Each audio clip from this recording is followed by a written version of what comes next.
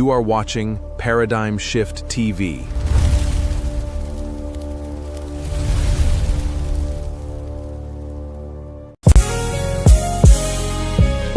Blood. Church Files. Paradigm Shift. TV 314. Thursday nights. We open the archives. This is the Black Church Files. Where faith meets fact. The Black Church Files. Stories buried deep beneath the trials. From slave ships to the pulpits and the aisles. Still standing through the hatred and denials. The Black Church Files. Where faith meets fact through every trial. Truth revealed when deception goes wild. Every Thursday, we reveal the files. Yeah. From the cotton fields to the choir stands. Bible in the soul, scars on their hands. They try to break us, erase our names. Still we built churches in the middle of pain. Talking history, culture, theology. Not emotional speeches with mythology. We confront the trends, challenge the lies. Bring receipts when the false arise. From conscious debates to identity claims. False teachers online just chasing fame. But the Black church stood through hatred and fire. Still sang hymns while the world conspired. This ain't just religion, it's survival music of people searching for God while the culture confused it. Urban apologetics with facts in the booth. No gimmicks, no fear, just history and truth. The Black Church Files. Stories buried deep beneath the trials. From slave ships to the pulpits and the aisles. Still standing through the hatred and denial. The Black Church Files. Where faith meets fact through every trial. Truth revealed when deception goes wild. Every Thursday, we reveal the files. From storefront churches to mega church lights, we discuss the wrongs and defend the rights. Mental health, politics, racism too. What affects the Black church, we speak on it true. No sugarcoating, no performative rage. Just scholarship mixed with the spirit and stage. Breaking down movements, doctrines and myths with historical context they can't dismiss. This for the doubters and wounded souls. For the ones who left church but still seeking wholeness. For the young Black minds caught in confusion, searching for purpose beyond internet movements. Every Thursday on Paradigm Shift TV 314. Historical truth, cultural conversations, urban apologetics. The Black Church Files. Where faith meets fact.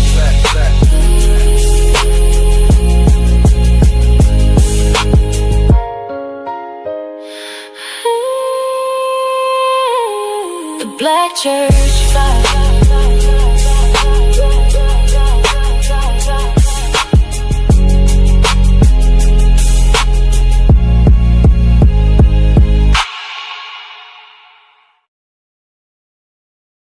All right, welcome to Paradigm Shift TV 314. This is your brother, DMG the Poet, aka Brother Pianki, also known as the infamous DMG. And I appreciate y'all joining me tonight for the first episode of the Black Church Files. I got to send a special shout out to my sister, Michelle Turner, for making this link. It's an honor and a pleasure to be interviewing this brother. And I bring none other than the Damon Richardson, a scholar, a theologian, etc., etc. Please introduce yourself to the Paradigm Shift TV 314 audience. All right. Well, hey, man, it's good to be on with you. I am Damon Richardson of Urban Logia Ministries, and what do I do? I am a preacher of the gospel, a Bible teacher, college professor, Christian urban apologist, and just a person who is concerned with defending the faith and encouraging people towards biblical literacy and Christian discipleship. So It's just a little bit about me, and for the most part, that's what I spend most of my time doing, not only in the context of the States, but also globally, training pastors, even in the context of Africa. So I spend some time as a an academic director on the missions field once or twice a year in Zambia, where I lead a pastoral cohort, training pastors, providing theological education and leadership training for effective leadership in their context. So just there you go, just a little bit about me. Man of many hats, I see. Okay. So one of the main reasons why I wanted to interview you was two actually. I haven't followed you as closely in past years as I have like maybe the last year. And I saw that you were really outspoken about white Christian nationalism. And that's something that I think needs to be addressed, especially in today's climate. Right. The other reason was a recent video you did where you had a disagreement with a brother that went a little bit left, but you raised a good point in the video. You asked the question that why some of these apologists aren't addressing white Christian nationalism and the threat it poses to the church. And I thought that was something that really needed to be said. Before I get into my official questions, what's your thought process on that as far as the, for lack of a better word, the threat that it may have on the church body as a whole? Yeah, frame that last part of the question for me so I can understand. I want to be clear on how to answer that. Okay. I got the first part, but the last part where you're narrowing it down, just frame that a little better for me. Okay. Yeah, no. As far as white Christian nationalism and the threat that it can pose to the church body as a whole, because I know sometimes I like you saw in the intro, I focus on the Black church, but I think that's something that goes beyond just the Black church. That's an issue with regards to the church body as a whole. And I know you had some criticisms with regards to some of our more prominent apologists, not necessarily focusing on that. Right. So it's kind of two parts. Why do you feel it's important for some of our more notable, outspoken apologists to tackle that?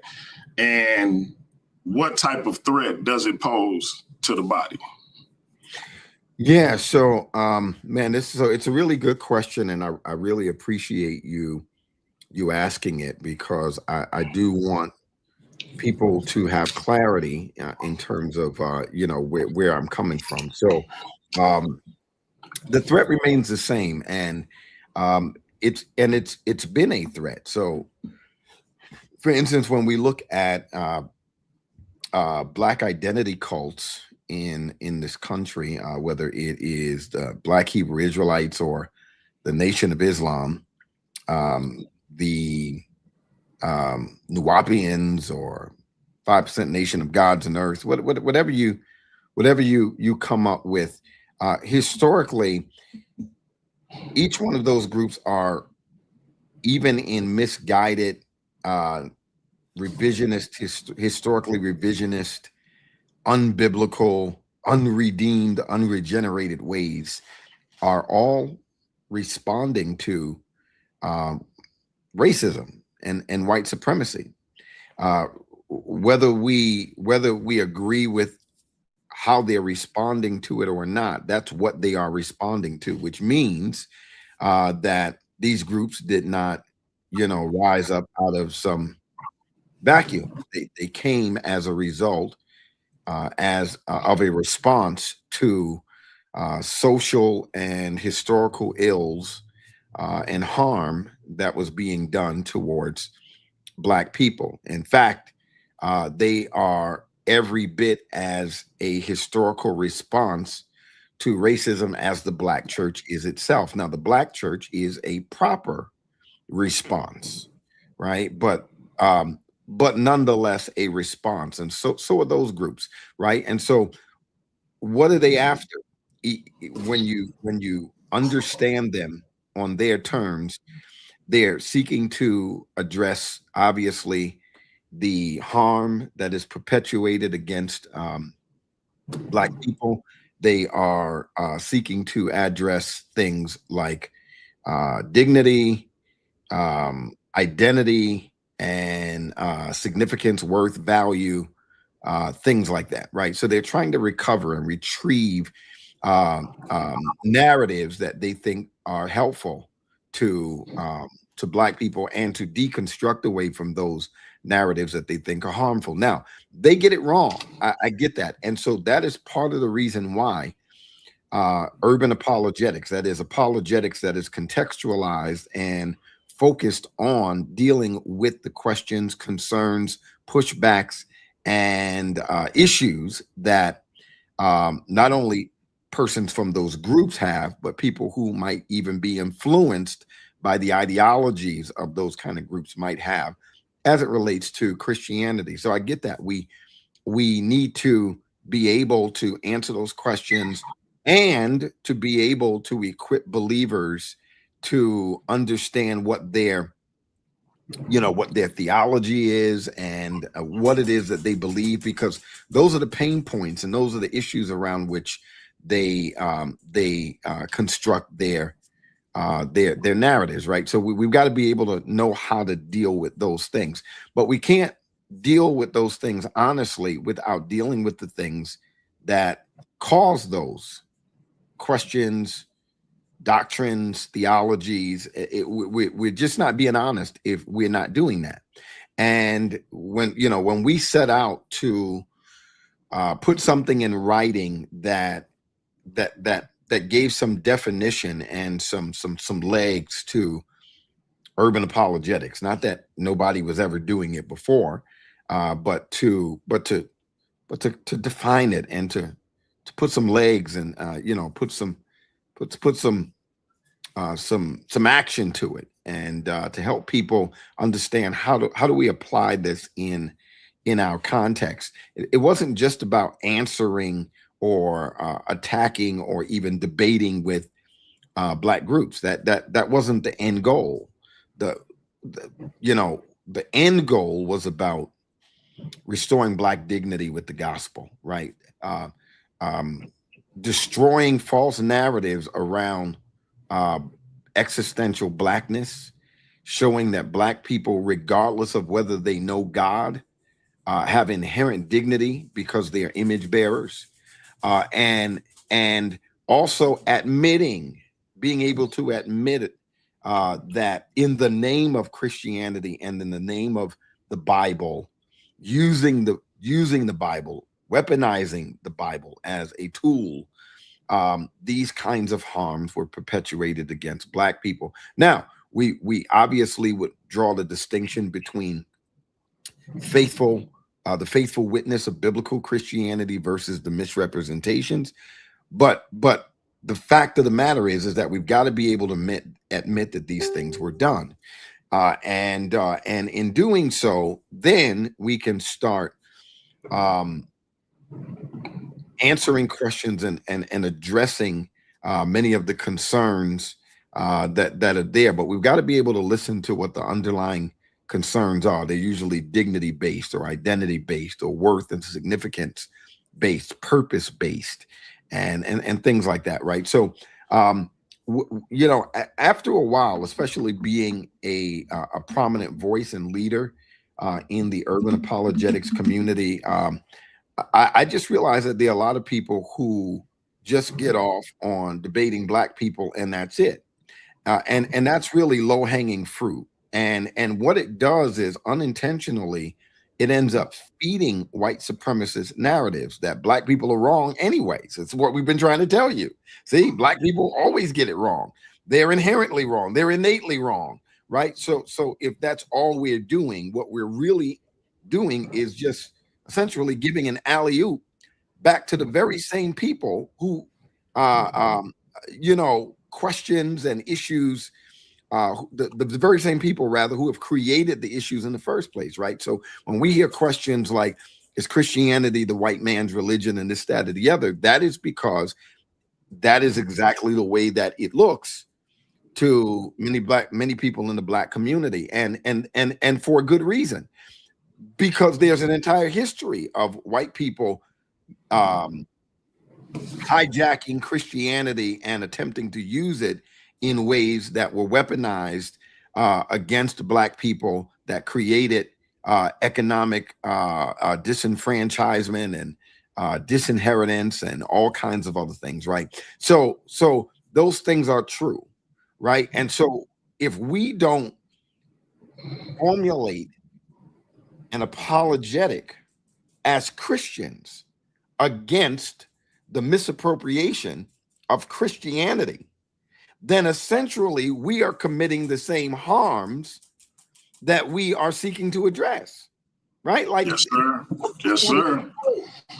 Right? Like, and if all we're doing is the Black church, if all we can ever do is identify Black wrongness without addressing what created that wrongness and how those things are not just historical issues, they are contemporary, they are still happening, right? So white supremacy in Christian garb still exists today. Didn't go anywhere. White Christian nationalism, no matter what kind of face you put on it, it's essentially just white supremacy in Christian face, right? And so that's been around for a long time. And these groups exist because of that. So if apologetics never has a pushback against that, then all we're doing is proving to the other groups that apologetics, Christianity, and everything else is just a tool of white supremacy. And so when I see Black voices and even white voices rush to silence voices like mine, or even protect white supremacist Christian nationalist voices by insulating them from criticism and things like that, then all I see is people throwing an alley-oop to the enemy, right? And so that's never going to be, I'm never going to be good with that, because not only does that end up cutting me off at my knees, it undermines all of the good work that we're doing in the community, and making inroads into the Black community, the aspects of the Black community that are not Christian, that are more prone to believe some of these narratives, as false as they may be. Christianity is a white man's religion, or it's the religion of the oppressor. And I don't believe those things. Those things are not historically and accurately true. However, they are true when we look at it from the standpoint of, if you're talking about culturally captive, hijacked, misrepresented Christianity, right? Then, or counterfeit Christianity, then yes, right? So that would be like formulating an argument against Islam, when what you're really doing is coming against radical fundamentalism, fundamentalist Islam. Is that like, that's not a true representation of what Islam actually is, right? So it's kind of like a straw man kind of a situation. So in one sense, it's not really true, but in another sense, if a person doesn't know the difference between a man and a straw man, you've got to point that out. And that's what Frederick Douglass did when he acknowledged in The Life and Times of Frederick Douglass, in the appendix. He talks about how there are two types of Christianity. He said there's the Christianity of Christ, which I love. It's peaceable, it's loving, it's kind, it's this and that. And then he describes the counterfeit version. He calls it the Christianity of this land. And he says it's cradle plundering, it's women whipping, people stealing. It's the worst of all libels. It's false. It's this, that, or the other. But the fact that he is saying it exists and it's real and it is purporting to be Christian is an important distinction to point out, because as far as many Black people know, well, that is Christianity. They don't know that that's not Christianity. It's all being done in the name of Christ.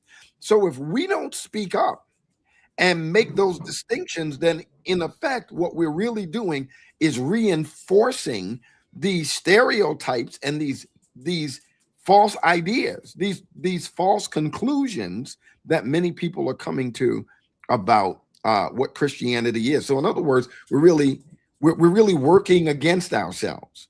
But I just think the problem is that there are folk who just like debating with Black people. I think they really do. And I don't think they know how white supremacist centered that kind of ambition and impetus really is, right? You know, this prove me wrong. Let's debate, let's argue about it. I think debating is a legitimate enterprise. I do it.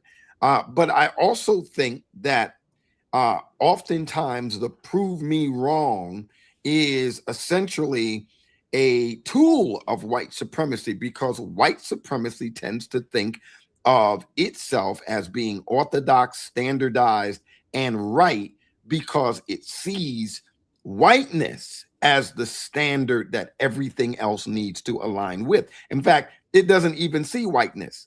Whiteness is just the natural operating impetus that they work from. Everything else is Black or brown or red or the other.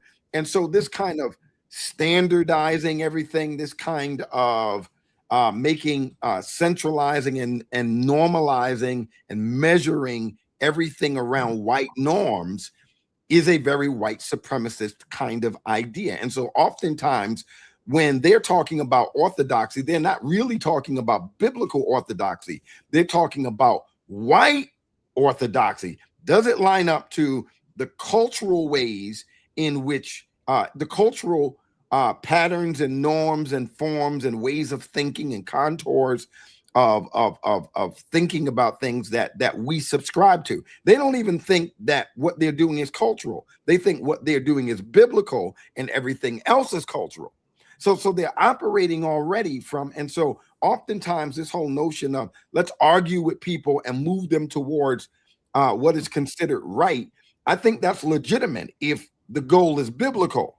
But in many unsuspecting ways, you can also be operating from a white supremacist kind of angle, and the real goal is moving people towards that which is culturally acceptable and palatable, ways of thinking about politics, ways of thinking about preaching, ways of thinking about hermeneutics, ways of thinking about what they have defined as true or Christian. And I think we've got to be critical of those things. The problem is that as soon as anything or anybody critiques anything white, it immediately gets identified as racist.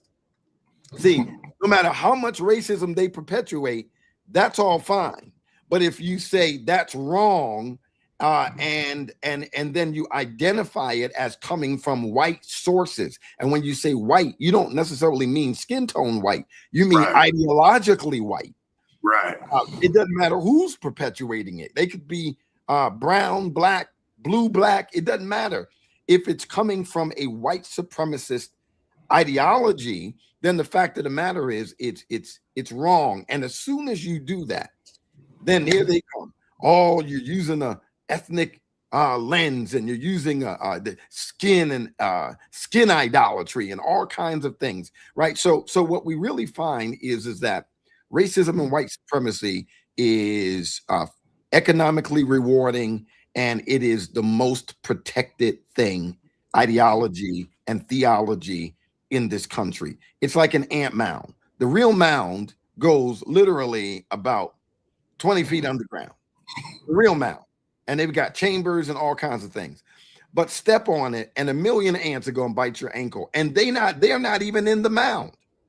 They're just making sure that you never penetrate that deep. And that is the way that white supremacy has safeguarded and insulated itself from critique. And so it uses a million black, white, Asian, Hispanic ants to bite you as soon as you say white.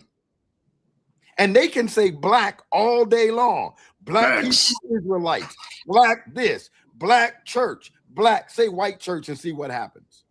Say right. White. Exactly. So I'm just calling foul. I'm saying these dudes are cowards.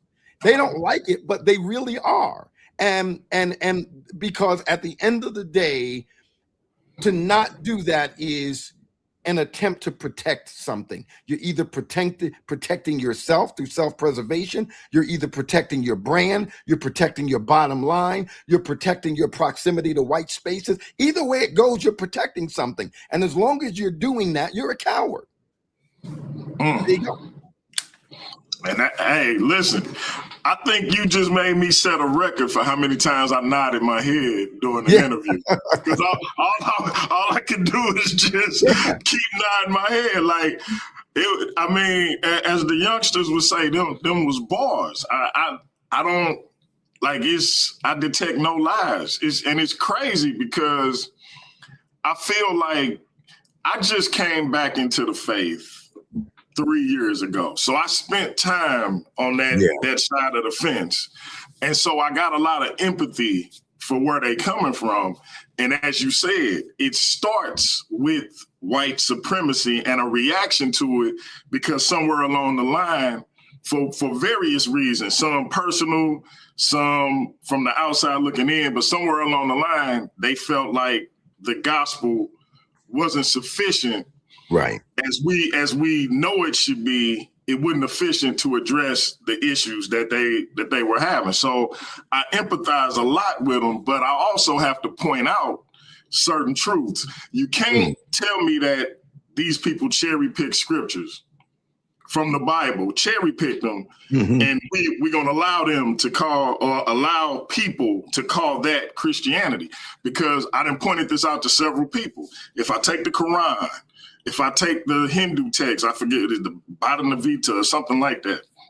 Any spiritual text, the Pert M. Haru, Book of the Coming Forth by Day, and I cherry pick stuff out of it to my liking, and I kidnap 50 people. I take them up in the mountain, I isolate them, and I tell them this is the Kemetic tradition or this is Islam.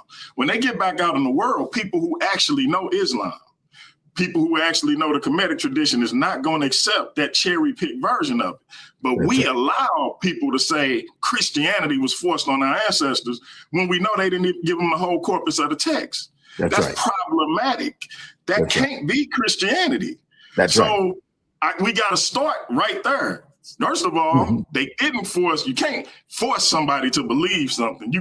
I could say I believe it if you're doing anything to me that's harmful, and when you go away, I'm not agreeing with that. That's one. But two, we act like our ancestors didn't have a mental capacity to see the hypocrisy of these people. And as you pointed out with Frederick Douglass, Sojourner Truth, and many other people who actually lived as slaves. Like, we got this thing now where we want to look back in hindsight, never experience what they experienced, and try to break down what it was they went through. But those individuals still believed in Christ and still wanted to follow the teachings of the Bible once they got the whole corpus of the text. That's right. Now we get to this point where we think we know better than they did, while at the same time saying we honor and venerate them. It come up short in a lot of different ways. We highlight the enslaver who said he was a Christian, but we never mention the abolitionist who said he was a Christian. And when we put that clean glass up against that dirty glass, it don't add up. Absolutely. So everything you said was facts and on point. So salute. Yeah. Oh man, for that. I appreciate it, man. Thanks for my giving head me a little tired from nodding, but yeah. Well, thanks for giving 100%, 100%. To put that out on even on another platform with another audience of people who would have an opportunity to say, let me hear the brother out. And because what people usually do is they rush in with essentially presuppositions about what they think is being said, and never really hear what's being said. And then the minute that they hear certain words or phrases, their echo chambers and their tribes have already taught them, as soon as you hear this phrase and that phrase and that phrase, just give it a name and then dismiss the rest of the conversation. So as soon as we start talking about, man, we've got to be aware of this. There's that wokeness. There's that wokeness. Let me dismiss the rest of everything he's got to say, because I've demonized. I've been trained and conditioned to demonize conversation by taking words and weaponizing them against the person, so that it justifies me dismissing the entire discourse, right? So it's a real lazy way of engaging. In fact, it gets you out of having to really hear what's being said, because as soon as you hear something that you've learned to identify falsely by using some sort of pejorative that you use as a word to stigmatize or demonize a person. So as soon as I start talking about justice, which is an incredibly biblical concept and idea. Oh, there's that leftist liberal stuff. See, this is not a thinking person. This is a person in a cult who has parked their brain at the door. And here's the truth.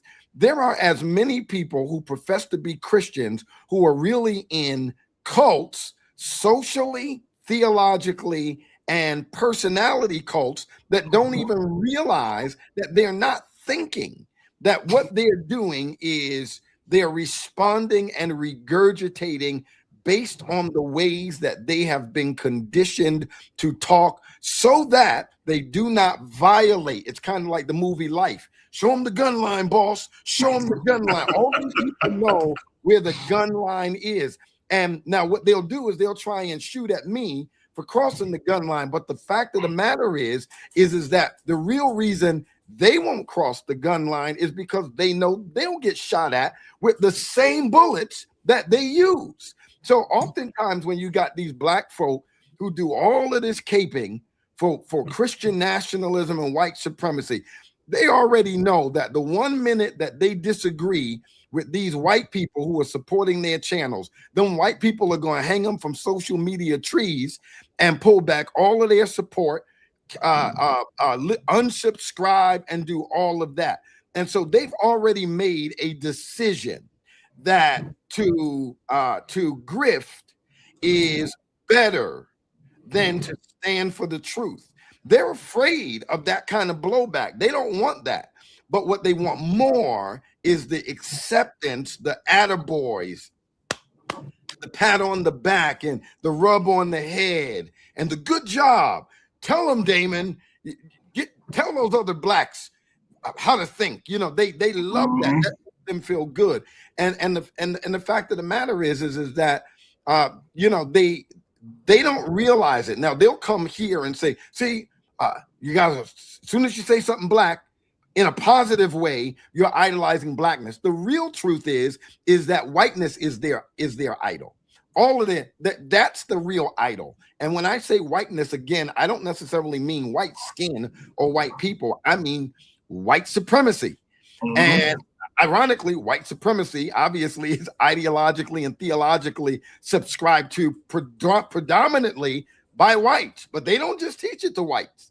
They want to make sure everybody, because white supremacy doesn't just cause you to think about whites and whiteness in superior ways, morally and intellectually. It also causes you to demonize everything non-white. And that is why all of those channels that create content about black false teachers, what's wrong with the black church, that's why they all have 300,000-400,000 subscribers, because there's money to be made in anti-blackness. As soon as you say, and here's how I know that. For instance, I got smoked with Jamal Bryant too. I mean, Jamal Bryant is no man of God by any biblical standard, right? I don't agree with his teaching, his theology, so forth and so on. It doesn't make him wrong about everything. But here's the point. The point is that you could make 100 Jamal Bryant videos a week. That doesn't mean that Jamal Bryant represents the black church, right? Yep. If his ideas are false, then his ideas are false. Then deal with his ideas as false ideas. Call him a false teacher. I mean, that's fitting. But when you say he's a black false teacher, and this is why the black church is in danger, then you have made false doctrine pathologically and inherently a black problem. Now, in the reverse, they'll point out somebody like Kenneth Copeland, and they'll just say he's a false teacher. They'll never say he's a white false teacher. Or see, this is the problem with the white church. Look at how prevalent false doctrine is in the white church. No, he's just individually a false teacher. But let that false teacher be black, and suddenly he's an avatar and a representative of the entire black church. That's how white supremacy works. And whites do it, and then they reward the blacks who build their channels and their platforms by doing the very same thing. And then these Negroes have convinced themselves that what they're doing is apologetics. That's not apologetic. That's just white supremacy in apologetic face. Yep. And it is funny that you mentioned that, because I was talking to somebody the other day and I was telling them, you notice with the whole Eddie Long scandal, he was a black minister, a black teacher, a black pastor, et cetera, et cetera. Mm-hmm. And I can't remember exactly who, if it was Benny Hinn or if it was another minister, but he wasn't black. And you never heard his ethnicity mentioned in whatever scandal he ended up being attached to. And I'm like, it reminded me of how when Dylan Ruth went in that church and killed 9 black people. Right. After they welcomed him in and embraced him, he was a troubled youth. But Trayvon Martin could get stalked by somebody who was told not to follow him, and he was a black man, who a violent young black man, and they show pictures of him smoking weed and holding a gun, basically criminalizing the victim in this crime, while Dylan Ruth was just a troubled young man. Yeah. There you go. And we buy into it. Yeah. Man, listen, I tell you this. So, I mean, we can always find folk who teach falsely. Like, and trust me, there's a whole lot of black ones who, the Tiffany Montgomerys and the Marcus Rogerses of the world. These people are in effect outliers when it comes down to the black church. They may represent effectively 1% to 2% of teachers that are out there who even teach like that, right? Now that's a problem, but it being a problem doesn't make it a problem entirely for the black church, because their teaching is also in white spaces too. In fact, find a theological error in Christianity, and I can show you that those errors all come from white spaces. For instance, oneness Pentecostalism. White Pentecostal preachers invented that. They took the ancient heresy of Sabellianism and repackaged that and repurposed it in Pentecostal characteristic. Whites did that. Seventh-day Adventism, whites did that. The Watchtower Society of the Jehovah's Witnesses, whites did that. The Church of Jesus Christ of Latter-day Saints, i.e. the Mormons, whites did that. The New Apostolic Reformation, whites did that. Hyper charismatic kookiness, deliverance, spiritual type ministries, those are predominantly white. Black people learn those things from the white. So when you get people like Allie Beth Stuckey that get on, and suddenly the word faith theology, Kenneth E.W. Kenyon, Kenneth Hagin, Kenneth Copeland, this, that, and the other, All of those things were started by whites. Your Fred Prices and your Creflo Dollars and your Leroy Thompsons are essentially a fraction of the subscribers of word, faith, prosperity kind of heresy, right? But notice when they want to poke a hole at the black church, why is it that most black churches subscribe to prosperity theology, saying nothing about you understand what I'm saying? Like this is insane. Like this is nuts. But as soon as we point it out, they think that there's something wrong with our critique. But the fact of the matter is that we know what their critique is actually rooted in. It is rooted in white supremacy. It's truer. You can take the worst outlier that happens to be a black false teacher. The fact that they're a false teacher ain't because they are black. It's because they subscribe to false doctrine. But I can tell you something that is true, right? If you take Robert Jeffers of First Baptist Dallas or Jensen Franklin, it is more true that they are rank and file white evangelicals representing the rank and file white evangelical than it is true that Jamal Bryant or Freddie Haynes or anybody else that might be seen to be, politically radicalized or this, that, the other. It's more true that those people represent the majority of the white church than it is true that these guys represent the black church. That's a fact. If most black preachers do not agree with people like Howard John Wesley or Jamal Bryant, I know that to be a fact. Yeah. And it's funny how they use some of us, because I heard what you said, and I've been thinking this for years, but I never heard anybody come out and say it or illustrate it the way you did. They will take, and I'm for lack of a better term, they take tokens and they put them in front of people and have them denigrate black people. I like Vodi Bakum. And for those who rock with Vodi Bakum, I don't mean any disrespect. I'm just pointing out something. They use that man to a black face with accomplishments, with education. They use him to put down black people and the black church. Right. We seen it in real time. Yeah.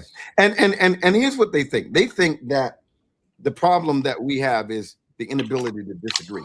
I don't have a problem with folk who disagree, even if it can be proven that they're wrong. If they're disagreeing in based on what they think are reasonable, rational explanations, I mean, it's up to me to point out how wrong those things are.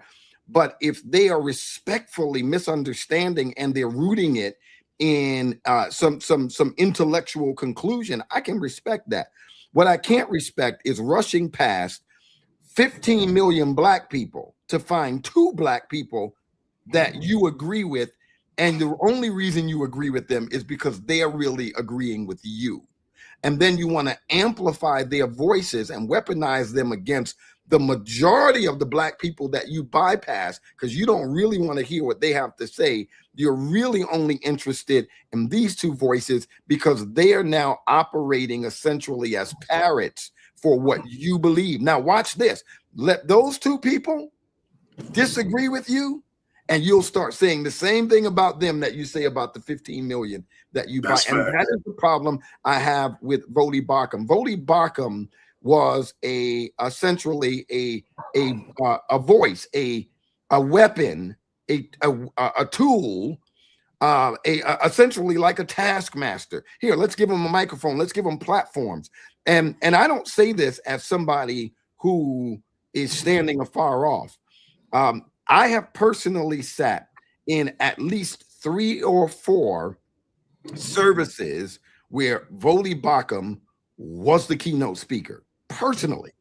And I'm talking about 99.9% of everybody in the audience was white, except for me and 1 or 2 other blacks.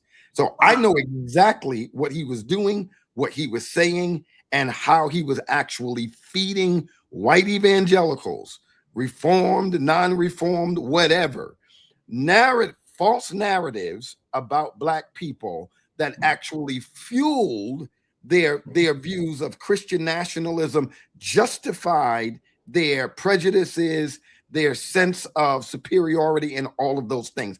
I heard it with my own ears. I was there.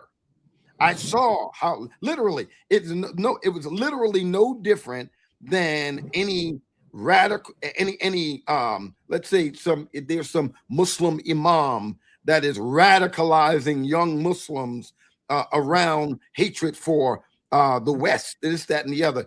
That's exactly what he was doing for these white people in these groups, radicalizing them around the very kinds of ideologies and theologies that they have used to justify their support for this current lunatic in the office of presidency. Wow. And I do have to get to the questions, but I got one more freelance for you. Oh yeah. Hey, we got so far off. My apologies. I know, but hey, listen, it been a vibe, so I'm not mad. Years ago, I heard James White, who is a prominent Christian apologist, theologian, scholar, etc., linguist, I believe, textual critic. Years ago, I couldn't tell you how many, I want to say maybe 4 or 5 years ago, I heard him say, and I wasn't even in, one thing about my journey is even when I wasn't professing salvation, I always had a connection to the church because, salute to my aunt-in-law or my aunt-in-love, because of my affection for Black history, she would always, and come February, we need you to do the Black History program. Mm-hmm. And that kind of kept me tethered to the church because it would always be something church related. And salute to my queen, she in the audience somewhere. She was praying for me, and so were a lot of other people. But as I'm hearing this, I got offended, even being somebody who at the time wouldn't profess in belief. He said that the Black church lacks sound theological teaching. And I'm paraphrasing, but it was something along those lines. What was your thought process, or what was your thinking on that when you heard it, if you had heard it back when he said it? I remember. I mean, it literally confirmed for me that what I had always thought about him. So he just said the quiet part out loud. That's how they think, because they already think that Blacks are inferior to them. So when you contextualize that around a quote unquote kind of Christianity, then it sounds like, well, they don't really contribute to Christianity in the more meaningful ways that we do. They don't do theology in the same ways that we do. And so they expect that we have to move towards them in order to get learned, in order to do better theology, in order to even learn the gospel. We've got to move towards them. So in other words, it's better for them. And we've heard people like, again, Doug Wilson and some of these other guys literally articulated in this very same way. It is better for Black Christians to get up under white pastors because they see their leadership as being superior. They think that they have the truth and we don't. And so as we abandon our spaces, they think, well, that's good, because if you move towards us, it will fare better for you. Then you will have a better chance at becoming a Bible-believing Christian. Then you'll have true formation and legitimate discipleship. Then you've got a shot at becoming a real theologian, right? So for all of the education that Bodie got, he still lacked critical thinking and doing real theology, because his theology was always tethered to essentially doing theology in the ways that they did it. And he didn't allow himself to be put in spaces where he could be challenged by people that he disagreed with. So he stayed in those echo chambers, in those tribes, in those silos where he could get praise, but he avoided getting on stages with persons with equal scholarship or more that could actually provide credible pushback against many of the things that he was saying. So these people are these are some of the ways in which they operate. I've never thought much of James White's scholarship anyway. I think his scholarship is wanting for much.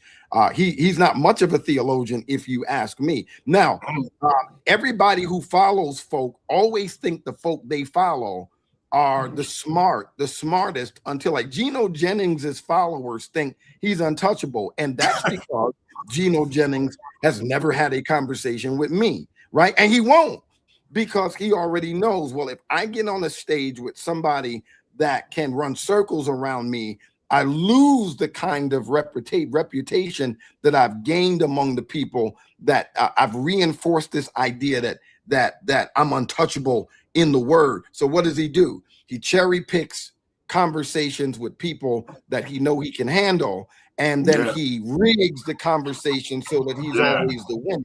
And so in reality, when I've heard James White in a lot of these conversations, they're all low-hanging fruit. I mean, you're debating with Muslims. Islam is not a very difficult religion to debate against. They can't prove any of their historical claims. Their textual criticism is the worst kind of position that they would want to be in. Anyway, that's low-hanging fruit, right? But you understand what I'm saying? I just don't really hear him actually engaging in at the levels of academics or theology. To me, I've never been impressed. I've never been impressed with him. And when I hear his exegesis, I hear exactly where the lack of critical thinking comes from. I hear the lack of contextualization in his historical and cultural exegesis. And that is because he's only learned how to do it in those white spaces. And in his mind, he thinks that's the only right way to do it. And until he exposes himself with people that aren't impressed with the ways in which he talks, right? Like all of your conscious dudes, like everybody thought that Brother Polite was somebody. Until, you know what I mean? It's, oh man, one guy told me when we were setting up the debate, Brother Polite his mind is otherworldly. I said, well, you would think that, right? You would think that because you don't know better, right? But somebody else listening to him knows that is what you would call pseudo-intellectualism. Everybody who is looking up to people like James White thinks, obviously, that he's some sort of a scholar, and that's simply because they just don't know better. They don't actually listen to people who could run circles around James White, because they exist in their tribes and in their silos, and in their mind, this is the best that it gets or whatever. It's only people who agree with them that, you understand what I'm saying? So I'm really impressed with his, first of all, I've never heard him really do any real preaching or teaching. Everything that he does is some sort of crank apologetics or whatever, but I don't agree with him on everything. I think he has said a lot of things that are true. I don't see him, first of all, as a credible theologian. I don't see him as a credible scholar. I don't know whether he's a Bible teacher or a preacher. I don't know what he is, but he certainly stomps for a white supremacist version of Christianity. That much I do know. And so in my mind, James White is not a Christian brother. James White has an entirely different faith from me. James White worships the whiteness, the white version of Christianity, which is no Christianity at all. That is a false gospel. And I know that sounds rough. There's a lot of people, oh, he's coming against the brother.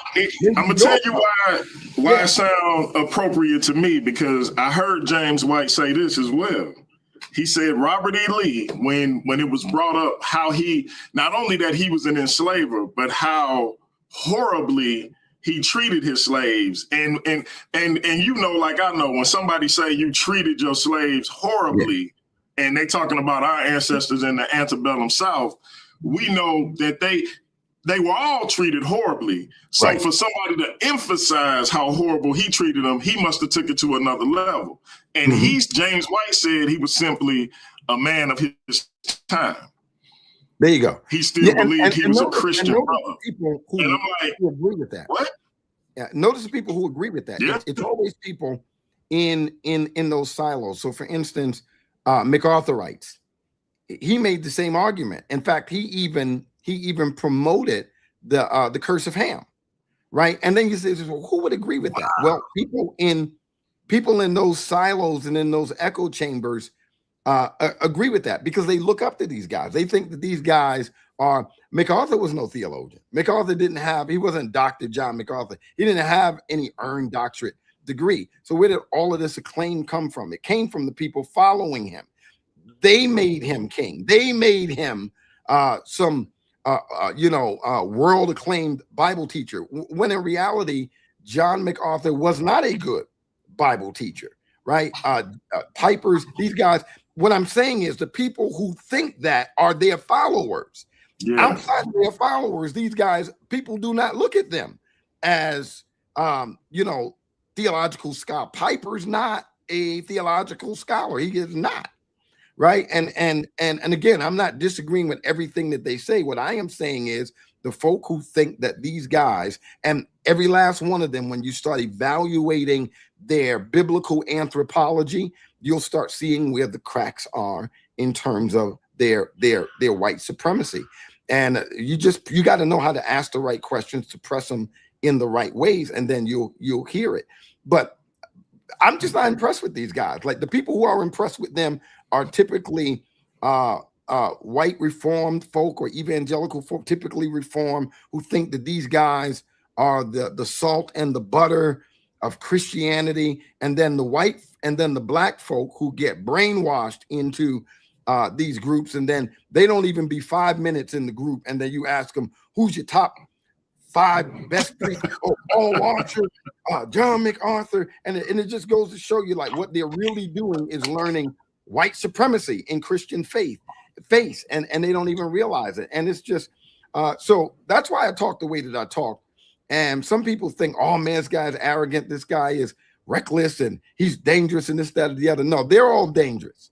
I'm just the one that's calling it out. Like, I don't have anything to lose, and I don't fear losing anything. They do, which is exactly why they won't call it out, right? So I'm just saying exactly what it is. I am saying the quiet part out loud, that for the most part, most apologetics has now become a tool of white supremacy, no differently than anything else. And unfortunately, even aspects of urban apologetics has bowed down to it as well. Man. It is what it is. Look, we've been on for basically an hour. I'm gonna get to some of these questions. If we don't get through all of them, it's fine. That give me a reason to try to set up a part 2. But this first one is many members of the Nation of Islam argue that Christianity in America became a tool of colonial control and white supremacy. As a Christian apologist, how do you separate the teachings of Jesus from the historical abuses committed under the banner of Christianity? You kind of already answered it, but go ahead. Yeah. Well, ironically, one of the things is that when you understand some of the historical and theological premises of groups like the Nation of Islam and Black Hebrew Israelites, so forth and so on, even non-organized theologies and ideologies like the conscious community, what you'll find is all of these ideas were mostly stolen from white pseudo scholars anyway. So even that idea, right? So for instance, it's interesting when you read Message to the Black Man in America and Our Savior Has Arrived, they have this same dichotomy, historical Jesus and Jesus of faith. The historical Jesus is the actual Jesus, and he wasn't God, and he was just a prophet, just a good teacher, and he got killed for being revolutionary. And then there's the Jesus of faith. That's the myth. That's the mythological Jesus. That's the one that Christianity invented for X, Y, and Z reasons. Well, interestingly, that dichotomy is exactly what you find in German Protestant liberal theology post-Enlightenment period. They created that binary of the Jesus of history and the Jesus of faith. And so in reality, what the Nation of Islam is reacting to is a Christianity that is not actually Christianity at all. It's the very kind of Christianity that they have borrowed from. Like, so they have built, ironically, a lot of their own ideas on white racist deviations of Christianity. So for instance, liberal theology, that's a deviation of Christianity. I've got facts and evidence that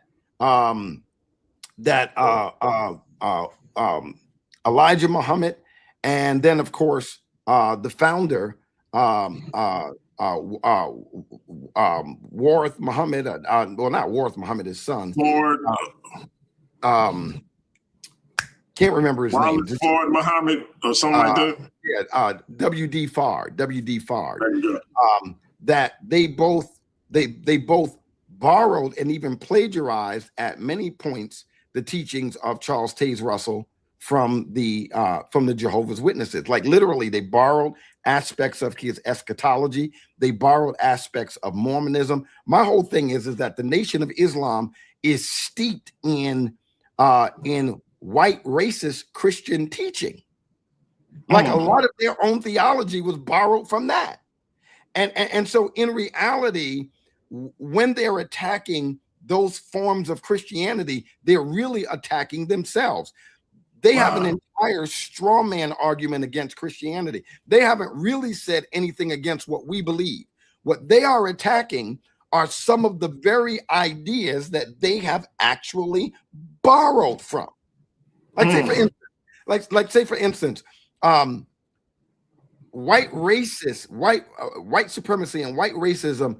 Racism shows up in a number of different ways, not just historically, not just theologically, but also scientifically. So for instance, racist white supremacists, they don't believe that that Africans are truly human and that human life originated in Africa, right? They see Black people as coming from lower life forms and white people coming from more intelligent life forms. Well, the Nation of Islam doesn't help that narrative when they teach that Black people weren't even originally Black, that we actually originated 66 trillion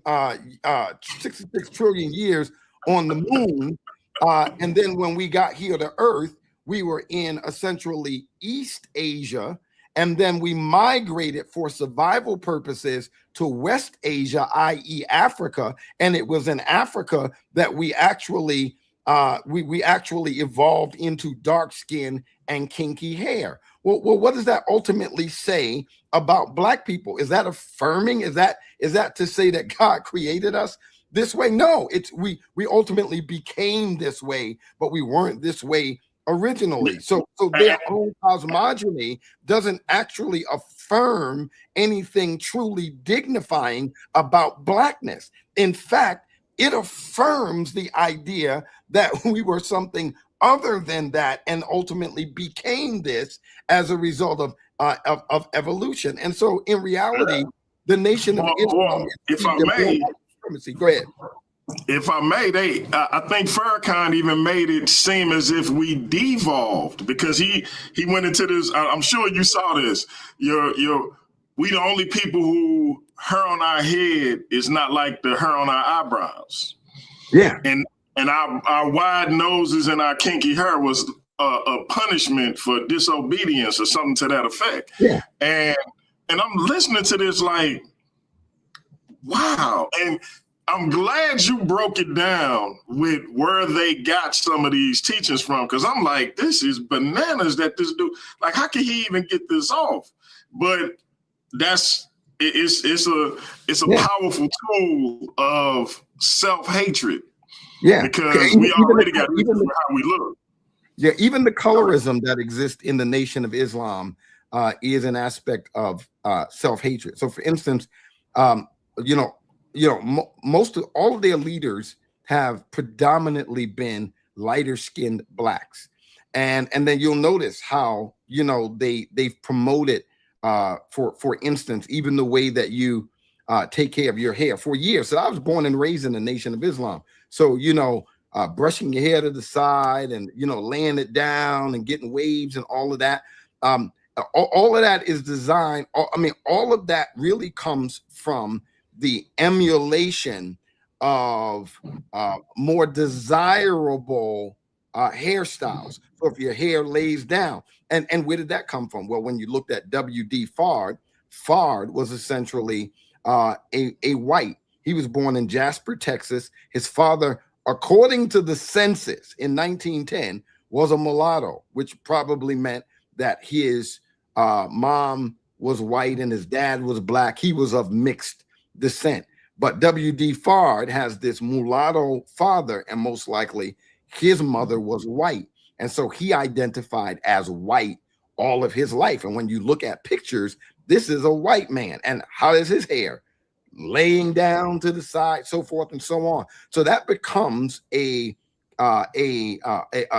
a beauty standard for men in the Nation of Islam, to kind of lay their hair down like that. You don't see any facial hair. You don't see anything that promotes that promotes intrinsic African characteristics in the way that they present themselves. They present themselves in ways that are consistent with white measurements, clean shaven, that's not African, that's white. And so the colorism that even exists in the Nation of Islam comes from underlying currents of white supremacy inherent in their own theology. That is a fact. Man, let me go to question number 2. Man, and I'm thinking about, as you pointed out, the progression of the faces that we see out front for the Nation of Islam, pretty much ever since Khalid Muhammad was excommunicated. He was a very dark-skinned man, and it's gotten much. Wesley Muhammad, I forget the other brother's name. He just did an interview recently, but he a light-skinned brother. Islam, Rizza Islam, all them. But yeah, that's a great point. Yep. So question 2, the conscious community often claims Christianity stripped Black people of their African identity, spirituality, and cultural memory. What faith-based response do you believe Christians must give beyond simply quoting scripture? I wouldn't give them a faith-based response. I would give them a historically factually based response. Right? Now, faith-based responses can be factual when they are rooted in things that are observable, provable through some sort of documentation or this, that, or the other. Otherwise, a faith-based response wouldn't help to answer a historically based question. So the reality is that, yes, if you talk about hijacked white supremacist forms of Christianity, I would agree with them. I would say, yeah, they went into parts of Africa under the guise of being missionaries, and then they essentially culturalized Black people to make them more acceptable. So because Christianity became synonymous with white, and white was synonymous with good, well, if we make Black people Christians like us, which really means conforming them to ways that fit whiteness, giving them Christian names, right? So you'll notice throughout Africa, that's what you have. They'll have 2 names. They'll have their African name, and then they'll have their quote unquote Christian name. But is it really a Christian name? Like, for instance, Nelson Mandela, right? You know, Mandela is literally his African name. When he went to a boarding school, I've got his autobiography. He said that a white teacher called him Nelson. He was like, I don't even know where she got it from, right? I mean, there's nothing biblical or Christian about Nelson, but it is something white about it. And in the context of South Africa being under the British, British rule at the time, well, that's a Christian name. You see what I mean? So yes, I would agree with that. If that they did that in the name of unbiblical, hijacked white supremacist forms of Christianity, but that's just not true Christianity. So I would agree with it because they did it in the name of Christianity, but it wasn't actually Christianity doing it. It was actually white supremacy and racism disguised as Christianity doing the very same thing. And if we're being fair, for instance, in Nigeria, northern Nigeria, Muslim people are getting killed just as fast as Christians are. So is it fair to say that Muslims are killing Muslims? Or is it fair to say that radicalized fundamentalists are the ones doing the killing in northern Nigeria? I am sure the Muslims who are getting macheted do not believe that these people are truly Muslim. So why would we think that people who stole and hijacked and kidnapped and brutalized and did all these things in the name of Christianity were actually Christians? Man, and that's another excellent point, bro, because I tell people this all the time. What y'all are doing when you say they were given a Christian name, what you're doing is you superimposing Europeanism, white supremacy, colonialism. You superimposing that over Christianity. It's nothing Christian about giving you a European name. That's right. But we've been allowing them to say that that's Christian for so long. You've accepted it instead of accepting the truth that your ancestors who experienced these things already pointed out to you. Right. And DMG, the thing that's so ironic about that, as soon as they accept that narrative, they're actually accepting the lies that were literally told by white people. So essentially you're saying, I agree with the whites on this issue because those ideas actually come from them. So black people can't have it both ways. You cannot say Christianity, biblical Christianity, was forced on black people and then turn around and say that Christianity is the white man's religion. When enslaved black people who were Christians didn't say that. They were saying we are practicing biblical Christianity and these folk are not. And they were not saying that it was forced on them. In fact, in their narratives, and I've got hundreds of pages of the narratives of enslaved black people, and especially the ones that come from Christians. And they will tell you in their own voices that the whites didn't want us to be Christians, that they sold us off if they found out we were practicing Christianity. Thanks. They beat us. They killed us. They did all kinds of horrible things because they didn't want us to practice biblical Christianity. And so in effect, when we dismiss the voices of black people who are saying that and then buy into the notion that Christianity was forced on black people, what black people today are choosing to believe is white folk over black people, which in effect totally undermines their whole claim that they are against racism. Well, it seems like you're supporting it when it's convenient, when you want to form a negative narrative against Christianity, you run to the white narratives in order to be able to do that. Man, listen, I'll say this lastly. When the conscious community that claims to always be so pro-black, like the black mind, the black intellect, and the black this and the black that, they'll act that way until it comes down to Christianity.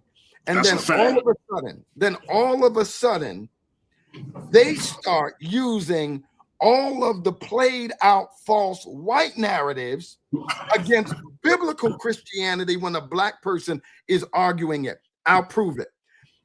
Black people from the conscious community paid Richard Carrier easily $5,000 or more sir. to debate me. because they couldn't find anybody to debate me. And he got so in whopped. their mind, we need a white man because a white man's more authoritative than a black man. And then what they found out is the white man lost in the first 5 minutes. See what I mean? Like, so in other words, black intellect is superior until we disagree with black Christians, and then we need to go find a white man. Let's go find Bart Ehrman. Let's go find Richard Carrier. We need a more intelligent white man in order to debate against the black man. So this is what I'm saying. These Negroes don't even believe. They have bought into white supremacy, and they don't even know it. That's how brainwashed they are. Man, that is a fact. And I saw that debate happen in real time. It was literally over in the first 5 minutes. Yeah. And it's funny you say that because they are pro-black when it comes to everything except Christianity. They honor their ancestors and love their ancestors except for when it comes to Christianity. And when we talk about Christianity being forced on our ancestors, we had the invisible institution. Yeah. Why do you have to hide to do what's mandatory? Right. And we gloss over that like these things are not historically proven to have happened. It is disconcerting when you hear these cats that call themselves scholars and historians who just gloss over this stuff. It's crazy. That is an excellent point. Yeah. And now what do you hear? You hear these black guys running around using Carrier's argument for mythical Jesus.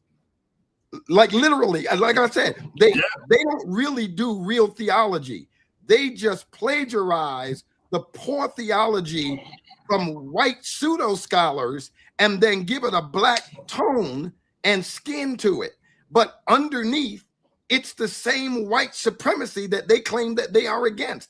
And Elijah Muhammad does. Listen, the whole notion that black people are Israelites wasn't started by black people. It was started by whites.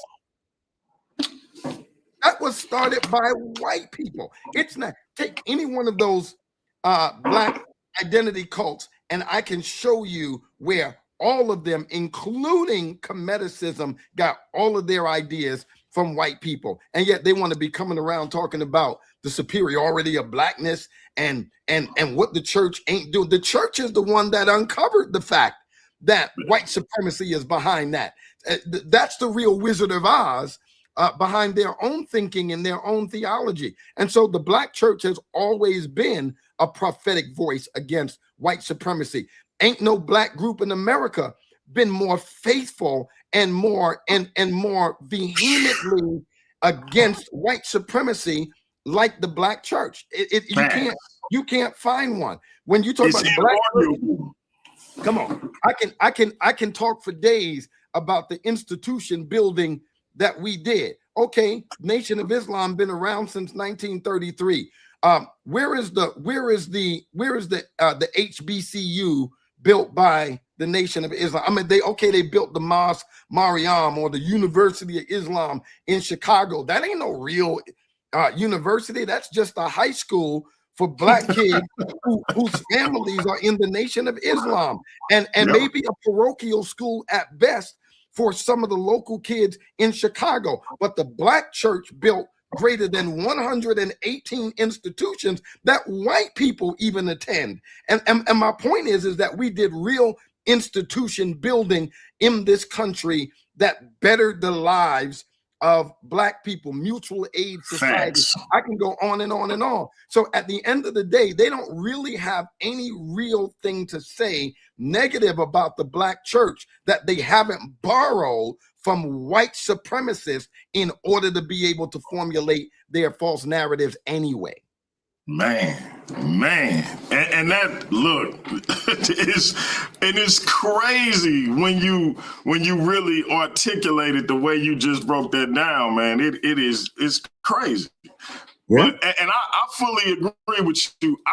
I'm starting to come to the belief that white supremacists started these groups because ultimately, just like during slavery, they don't want us to be Christian. Right. I firmly believe that. I haven't walked it out on how it took place, but I'm just like we saw certain things from the Russian government being planted in our communities about certain things. I believe that it's a COINTELPRO effort to get Black people away from the church, because Right. Any time in our history where we got things done, where we were living properly in the way we needed to live in order to move forward, was when we were ensconced in the Black church. And the further we get away from it, the worse off we are. Yeah. Let me give you some food. Let me give you some food for thought. Just in this quick statement here. Here's some food for thought. Name the Black Hebrew Israelite leader that was, for instance, assassinated. You can't think of one, right? Can't think of one. Name the Nation of Islam leader that was assassinated.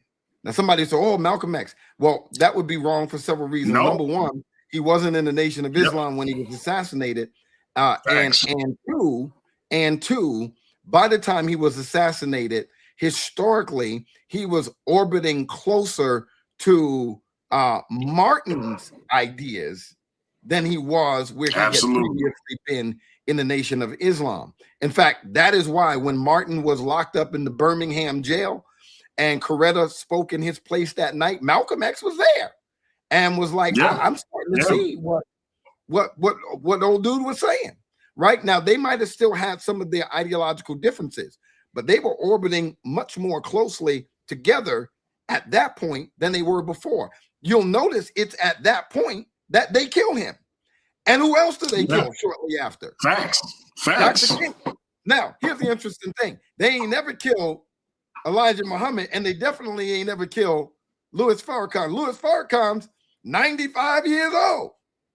Right? So if they were really the threat, my point is this: the Black voices that have always been the most threatening are the voices that have actually come from more of a Black church prophetic tradition. And here's the fact that I know: Malcolm's tradition came from Marcus Garvey. Marcus Garvey was a Black Christian.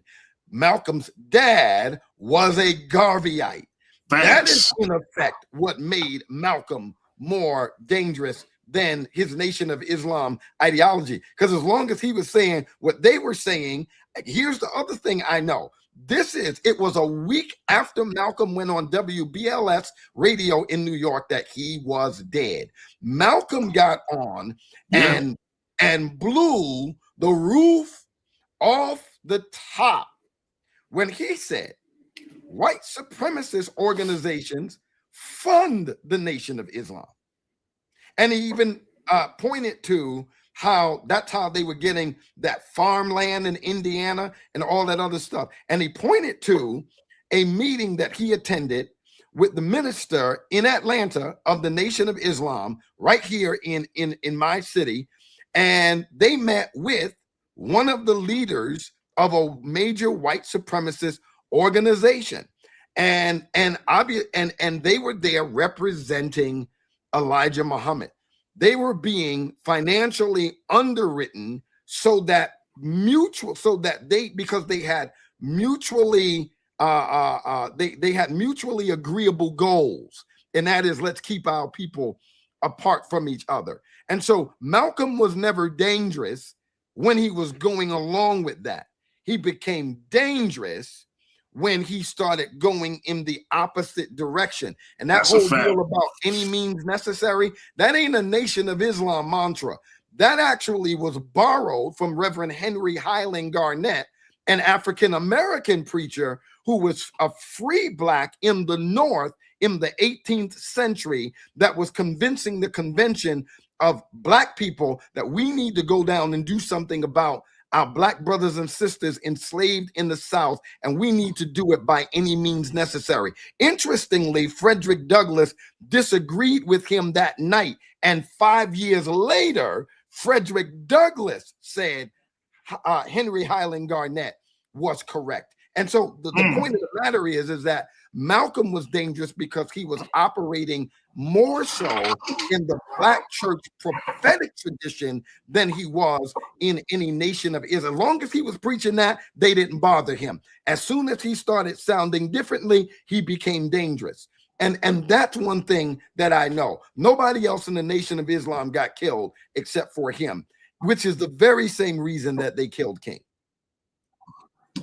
And that's 100% facts. And I'm gonna say this before I get to the next question, just to piggyback off what you were saying. Yeah. And I got all the admiration in the world for Malcolm X. I really do. I'm trying to get up to Harlem for my 50th birthday to visit his gravesite. But what people fail to point out is when Malcolm was in the nation, and him, Elijah Muhammad, and all the other ministers were up in the North safe while they were criticizing what Martin and his followers were doing, while Martin and his black church followers were putting their lives on the line, getting cracked over the head, while Malcolm was up in the North safe, criticizing what they was doing. What got done for black people in this country in the 50s and 60s was done off the backbone of the black church, period. It's undeniable. That's it. And Malcolm, speaking of black church. Yeah, go ahead. I'm sorry, go ahead. No, I was saying Malcolm recognized that later and was disgusted with himself for having sat on the sidelines all those years.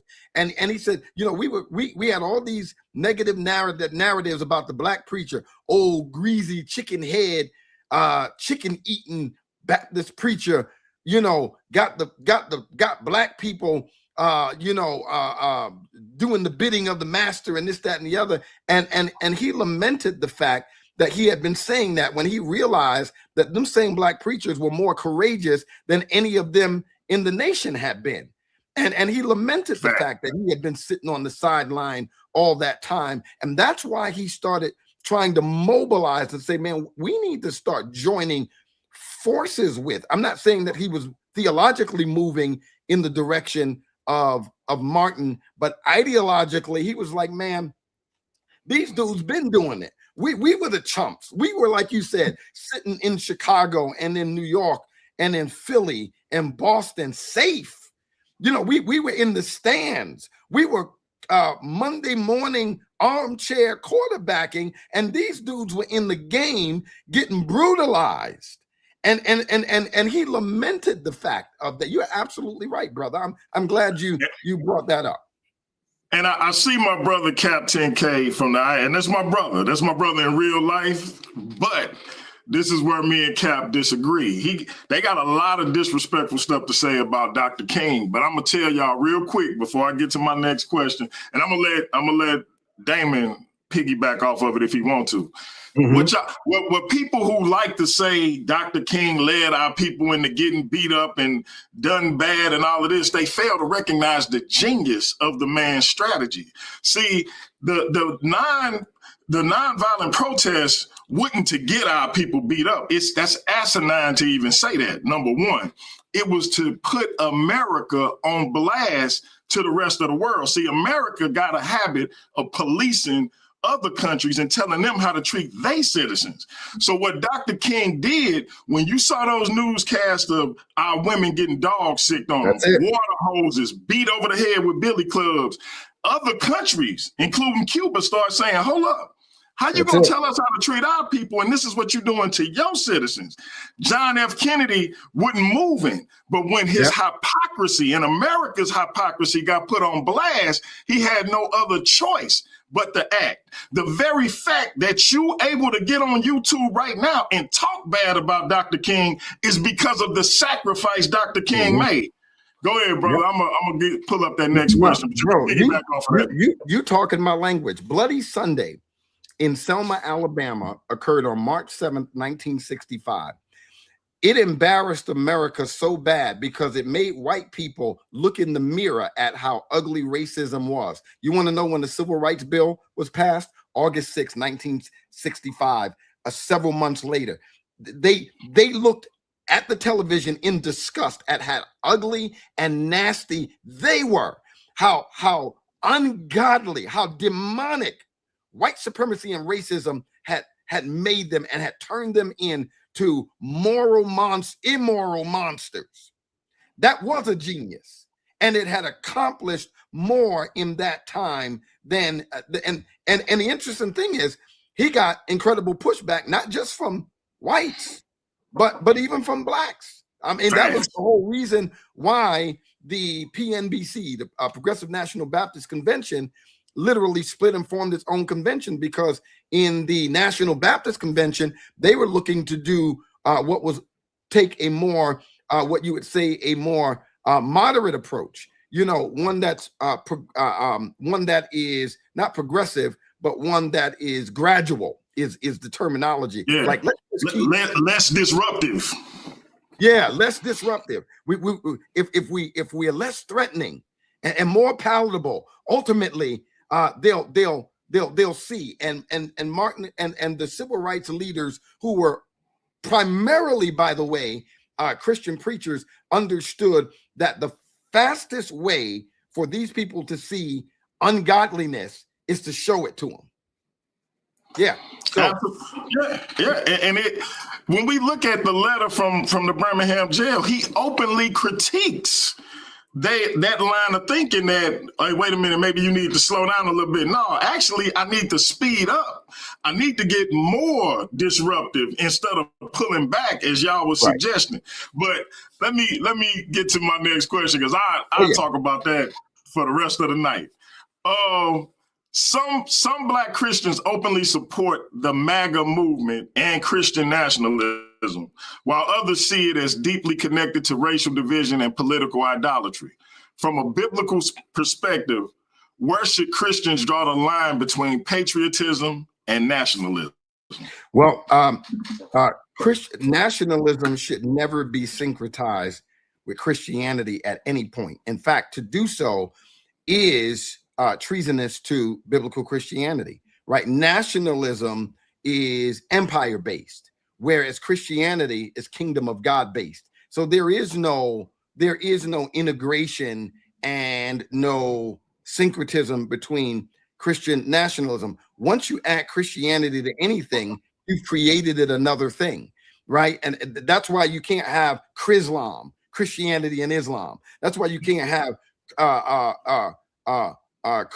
Christianity and Buddhism or whatever. Once you essentially take these two competing worldviews and attempt to merge them together, whether you come up with one new thing or the other, here's the fact: it's no longer Christianity. You have distorted what the gospel actually is. And nationalism, once it intersects and integrates with Christianity, distorts the gospel. And that is why we see people thinking, you're a Christian. You can't be a Christian if you vote for the Democratic Party. So hence, being a Christian means voting Republican.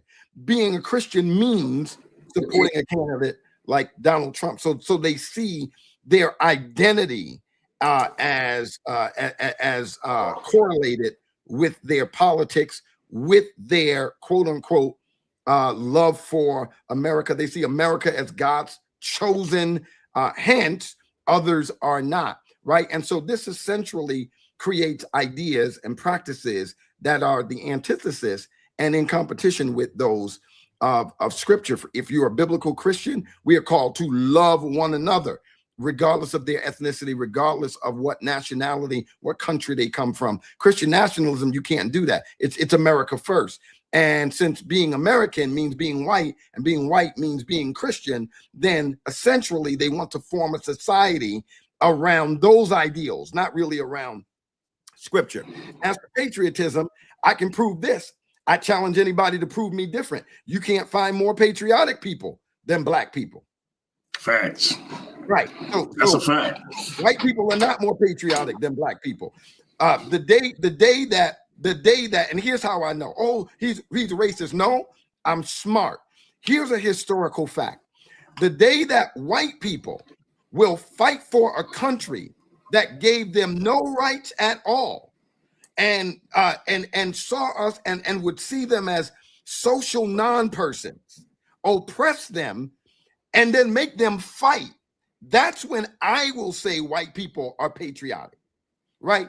Patriotism is what you find black people doing. You found black people literally forced to fight for the Confederacy, for an opportunity to ultimately find some sort of freedom. They were told that if they fought, then they could earn their own liberty. And so they fought with their own liberty in mind, even though the Confederacy had them fighting against their own best interests. Show me white people willing to do that, and then I'll agree that white people are patriotic. I haven't seen a patriotic white person yet in that definition of it. And I'm not saying, and I'm just being honest. I'm being honest. Black people went to Vietnam, came back, spat on, couldn't find jobs, and yet fought for, it's like what Muhammad Ali said. He said, y'all send us over into the South Pacific to kill yellow people and brown people and people who look like me, not like y'all. And then you treat us this way in a country that we can't even find jobs in the country. And so show me white people willing to fight for a country that disadvantages them. And then maybe I'll be willing to agree that white people too are patriotic. Now, that's what patriotism looks like. And by that definition, there are no people more patriotic than black people. And they can get mad all they want, but I tell you what, you can't find an argument that can refute that. That's a fact. Yeah, and there it is. I couldn't agree more. It's like, hey, listen, man, the brother been cooking since he got on here. If y'all got a question for the brother in the chat, listen, the super chat is open because we're not going to do the whole open panel thing. I can't take a chance on some of y'all behaving and being respectful, and that's what it got to be tonight. So if you have a question for the brother, hit the super chat and ask your question. We are monetized. The super chat is working. Use it. I don't care what amount you pay. You can pay $1, but if you got a question for the brother, use that super chat. That being said, question number 4. There is a notion that the Nation of Islam has succeeded in areas where many churches struggled with discipline, economic empowerment, male accountability, and community structure. What lessons, if any, should the Black church learn from the NOI without compromising Christian doctrine? Yeah, well, so I would push back against the notion of succeeding in discipline, economic empowerment, male accountability, and community structure. I'd push back against that because, like, again, I'm not saying every single Black church is a model of these things, but the fact of the matter is for instance, economic empowerment. The Black church has an entire history of creating economies for not just for members of their church, but for Black communities, schools, banks, mutual aids, societies, and all these different kinds of things, universities, seminaries, helping people. For instance, the whole notion of not Howard University. What's the other HU over in Hampton, right? And so when you look at, for instance, the ideological difference between W.E.B. Du Bois suggesting that African Americans ought to go to college and get degrees as ways to advance ourselves economically, and then Booker T. Washington is saying, sure, we ought to get education, but we ought to learn trades and skills because those things will always be in demand. And so what did he start? Hampton University. Show me where the Nation of Islam has ever really contributed to essentially widespread development that are skill-based, education-based, economic-based, land-based, and all of these things in ways that have impacted African Americans at large. But I can show you an entire history until this day where Black churches are actually doing that. Here's something I do think that we can learn from the Nation of Islam. I think that there is a thing in the black church, not necessarily all black churches, but I do think that there is a sissification I think there is a sissification in the black church that tends to appeal more to feminine ways of worship expression that really contributes more to the emasculization of black men. And so I think the Nation of Islam has been good at being able to attract both men and women, and to be able to speak to men in ways that resonate with masculinity. Whereas in many black churches, we don't even know how to talk to black men without using feminine kinds of ways of speaking in order to be able to do that. For instance, we have overly emotionalized the church as a viable worship response. And I'm not saying we shouldn't be emotional. What I'm saying is that women are by nature more emotional than men. And so if you make the primary way of communicating your message emotional charge, then what you are really doing is communicating in feminine ways. And this is one of the reasons why we are seeing a decline in black men looking at the church as a viable option for them, and they're starting to look to the cults, because what they see, even if it's some perverted form of it, they are seeing what looks like healthy masculine expression more so than what they are seeing in churches. You'll go to a church convention and you'll see a dude wearing an outfit, a blouse. Mike Todd, for instance, wearing blouses and got a hair bun and all kinds of stuff. You got dudes with sequins and shoes that look like they got them out of Lane Bryant, and blouses and all kinds of stuff. You won't find that in the Nation of Islam. You won't find that in some of these groups. And I do think that we need to get back to balancing the ways in which we minister to men in contradistinctive ways than which we minister to women. This overtly feminine culture in the church is toxic, and I could say more about that, but I do think that is something that we could learn from the Nation of Islam. Absolutely. And I apologize. I don't know what happened to my camera, but I'm trying to figure that out. But let's keep going. I'll see if I can get it figured out. If not, we won't worry about it. In debates with Hebrew Israelites, Comedics, and members of the conscious community, many Christians focus heavily on theology while ignoring the emotional and historical pain behind those movements. How important is empathy in apologetics?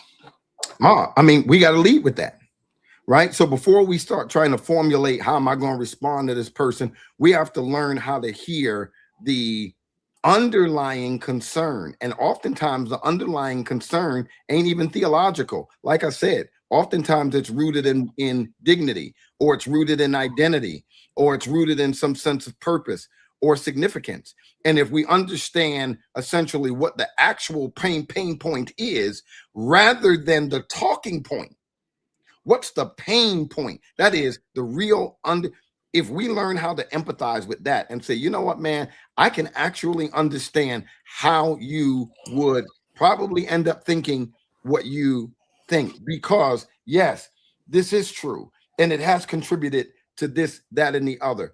And man, I apologize for that. That's wrong. That's ungodly. Blah, blah, blah, blah, blah.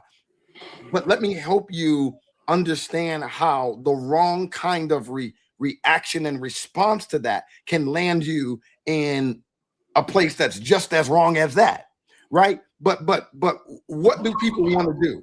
They just hear the question and they rush to essentially the white supremacist method of apologetic, and that is just prove the person wrong, right? Rather than hear the actual concern and what it's actually rooted in, right? And in reality, if we show the right amount of empathy, what we really do is open up opportunities for the person to drop their defenses and be willing to hear, because what they're hearing then is a person that actually cares about them, as opposed to somebody who's just trying to prove them wrong. Understood, and I agree 100%. And like I say, having been on the other side of that in the comedic thought process, you are 100% right. Even when I would hear things that my spirit was telling me was correct, I would automatically have a pushback based on what I would posit as a lack of empathy or understanding. Even though in my mind, in my spirit, I'm knowing that I'll give an example for people who've been following me for some time. If y'all remember, shout out to my man Vocab. Me and him are good. That's my man. This is not an indictment on you at all, Vocab. But if you remember this, I was calling Vocab the Vlad TV of the conscious community, because I felt like he was going out of his way to focus on Black movements such as the Israelites, the Comedics, Moors, and Nation of Islam. I had seen videos on all those groups on his channel. And I was wondering why he wasn't focusing on Jehovah's Witnesses or Seventh-day Adventists or Mormons. And I felt like that was out of order. So when me and the brother actually engaged, because he could have responded to me on his channel, we had a mutual acquaintance in G-Con. He could have responded to me on his channel, but G-Con reached out to him. He said he wanted to come over here, and he brought about 100 people with him.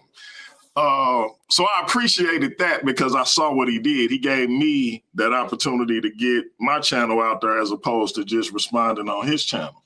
But he said some things and he made some great points. But because of how he said it, I couldn't accept it then, because it seemed to be coming from a place that was unempathetic to how I had gotten and how many other people had gotten to where they had gotten as it pertains to walking away from the faith.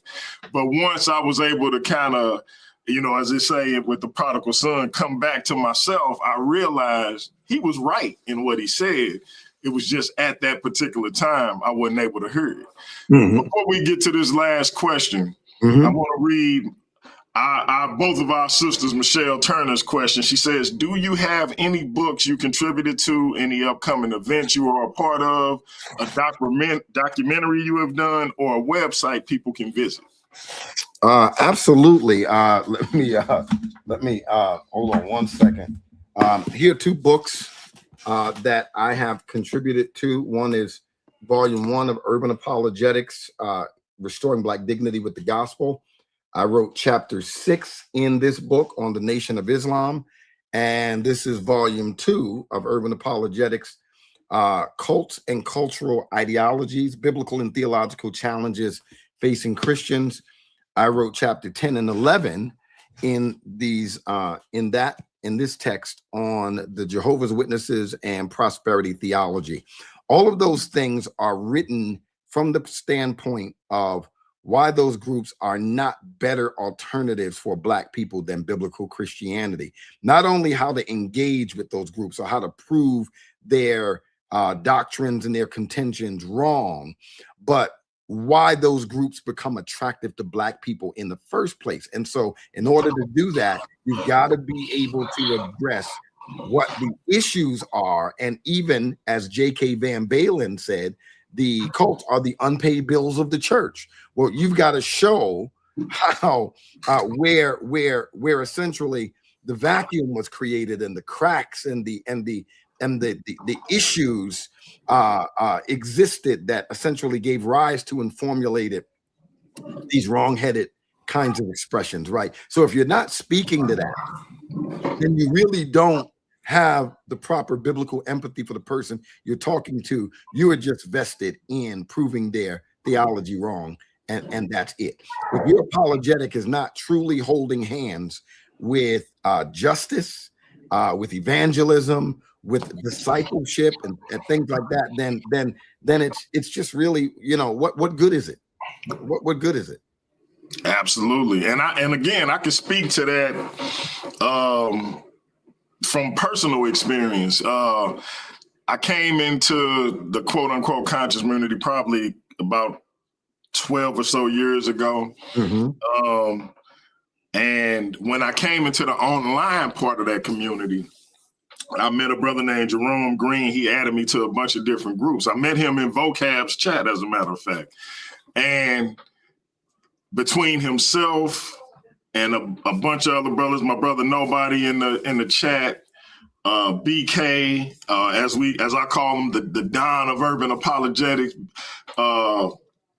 Alfredo, Byron Washington, Najiti, a bunch of brothers who didn't reject me and actually had engaged in conversations with me. Pastor Trey Williams, Pastor Robert Ash, and were praying for me. And one of the funny stories I tell people is I had some janky equipment as far as doing this YouTube channel.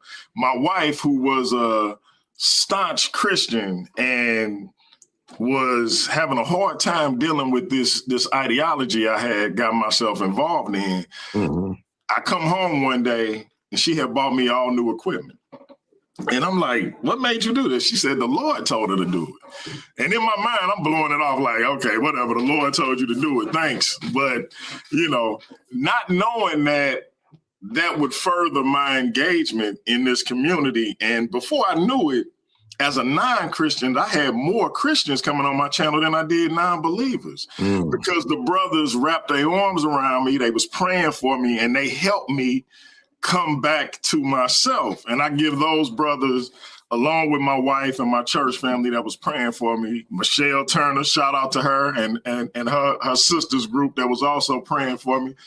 I give them full credit for helping me get my mind right, because I was coming up with some stuff, and like I said, in my spirit, I knew I was in error, but because a church hurt played a part in it, and a lot of historical misinformation played a part in it, but ultimately, thank God I was able to get my head back on straight. God be the glory. Yeah. And so empathy is very, very important. 100%. 100%. Last question. Christian nationalism often represents America as a chosen nation with a divine mandate. How does that ideology conflict with the global and multi-ethnic message of the gospel? Well, the whole notion of chosen nation as it relates to ethnic triumphalism has always been condemned in scripture. Always. So I know people think, oh yeah, no, they're just saying the same thing that the Israelites in scripture said. Well, there's a difference between what God said about the Israelites and what the Israelites said about themselves. God called Abraham out, chose that nation as a conduit about which to bring about the Messiah who would bring about the promise he made to Abraham, and that is, through your seed, all nations of the earth will be blessed. So the point of choosing that nation was not to choose the nation above nations, but to choose the nation to be the conduit through which the Messiah would actually bring people from all nations into God's family. So nationalism and ethnic triumphalism was never God's goal. Israel read too far into their chosenness and started seeing themselves as better than other people. That, in fact, it was condemned by Yahweh, condemned under the ministry of Jesus and under the ministry of Paul in the New Testament. And so it's interesting that you've got cults and various groups like Christian nationalism, even Hebrew Israelism, and or even its various forms, sometimes Hebrew roots movement and all these things. At the end of the day, all of them are making the same fundamental error, and that is that they are centering nationality or ethnicity as the means by which a person somehow becomes right with God, and whether you call it Christian, Christian nationalism, it's really making a religion out of whiteness is really what it is. Because again, we have the historical documents that show that they made white, American, and Christian synonymous terms, right? So to be truly American is to be truly Christian, and to be truly Christian is to really, truly be white. And that is white in all of its ideological forms and norms and contours and all these other things. So we've got to reject that because at the end of the day, it fundamentally insults God's purpose in creation. When God made every human an image bearer, that meant every human had the same exact dignity. Christian nationalism is just a whole nother face, is just a different face of white supremacy, which at the end of the day exalts whiteness above everything else. There is nothing compatible about that with Christianity and all of this goofiness that these folk are doing out there in the name of being a Christian and an apologist by trying to act like there's no real definition for Christian nationalism is just doing the devil's bidding. Here's the other thing I noticed about that is that every nationalistic, ethnic triumphalist group is violent, murderous, and hateful. Christian nationalism is exactly that. Listen to Charlie Kirk and what he actually felt about violence and what he actually felt about how people ought to use guns and what he actually felt about Black people. That's violence. That's not just mental violence and physical violence. It's spiritual violence. Look at, for instance, the Black Hebrew Israelites. They got all this to say about Christianity and the civil rights movement and MLK. Well, it was a dude that was influenced by Hebrew Israelism, Marcus Wayne Chenault in 1974, who literally drove here to Atlanta to kill Martin Luther King's mom because he felt like Christians were misleading Black people.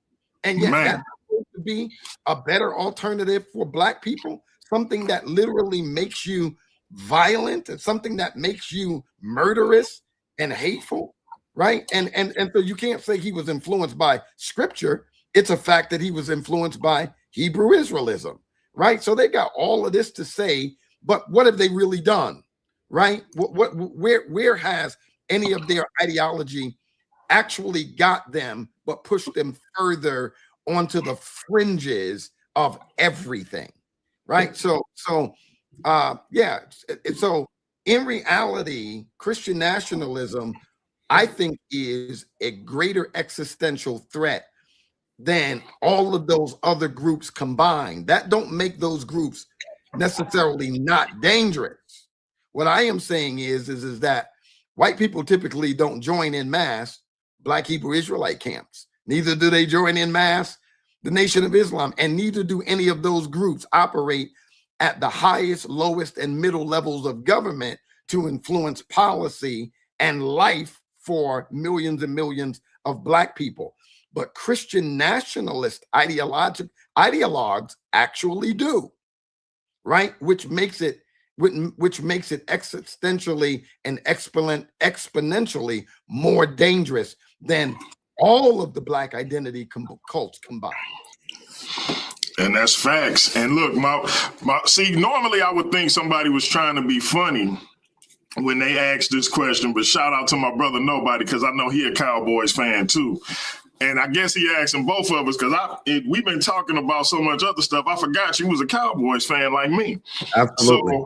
So salute to you for that. But the brother asks, will the Cowboys go to the Super Bowl this season? I won't say they'll go to the Super Bowl. I'll say definitively this: we'll go further than we did last year. I agree 100%. I agree 100% to all the Cowboy haters out there. But hey, this has been a great interview, brother. I hope we can do it again. I definitely appreciate you coming on.